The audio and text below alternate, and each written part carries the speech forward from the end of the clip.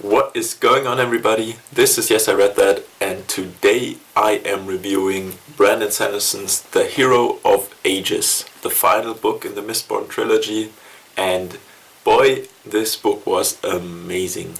This book has been absolutely crushing it, and I'm so stoked to present you this review. Overall, I have to say this book has been the best one in the trilogy. It had no flaws, where the other one kind of lacked in some aspects for me, personally, and this one has just been crushing it. Small recap, I will spoil a few things of the previous books. If you did not read them, then watch those reviews instead, and please just read the series, it's amazing. So in the previous book, in the end, Vin and Elend, who are still the main protagonists, freed this entity called Ruin, and Elend in the process almost got killed, but only survived because he was turned into an Allomancer. Now the world is experiencing heavier and heavier ash falls, the mists coming out in the days, the mists are deadly again. Basically, it seems like humanity is doomed and they have to save the world now. It is a big struggle for them, and we get to live through it in this book. So what did I like so much about this book? This book resolves everything. Every question you had in the series is being resolved, and that's just mind-blowing. This is such a great conclusion to the trilogy. It's a very satisfying ending. This is the thing I probably like most about it. And in the second part of the review, I will have to spoil a few things and have to talk about the ending and have to talk about a few things that happen in this book that are just too good to pass up. As I said, the flaws of the previous books are completely gone. We don't have a stupid recap like we had in book 2. That was annoying me personally because the first pages felt like a bit of a drag. We have great character development, which I kind of criticized in book 1 because I felt the characters were a bit flat. Here, amazing character development. I will get into some a bit later. The story and the pacing that I thought in book 2 was a bit slow is amazing. The pacing is great. The story is resolved so well in this book that it's just mind-blowing. I'm still speechless now that what I just read. I mean, it's amazing. Okay, so let's talk about the world a bit. We actually get to know a lot more about the world. We get to know a lot more about the Inquisitors, a lot more about the Kandra, and a lot more about the Colossus. So all the races the Lord Ruler created, we actually understand how they are created and what power actually fuels them, and this power is called Hemalurgy. I will not go into this because I don't want to spoil it for you, but this is just, it's been executed so well and it just makes so much sense. It's just something that I really enjoy when you realize that an author planned a book from the very beginning and now in the end he can execute everything. It's just like a fine machine falling into motion and it just works. We also get to know this ancient entity Ruin and its motivations. We get to know the struggle that the Lord Ruler actually put up to fight it. We get to know the steps they took and how they try to maneuver around each other, and it's just great. The characters are also amazing.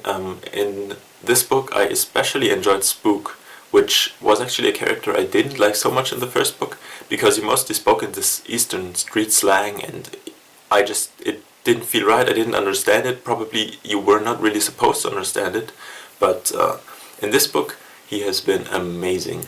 And the premise is that he burned tin for so long, he actually flared his tin metal for so long, and this tin metal gives him very superior sensitivity for his hands, for his hearing, for his smell, and for his eyes.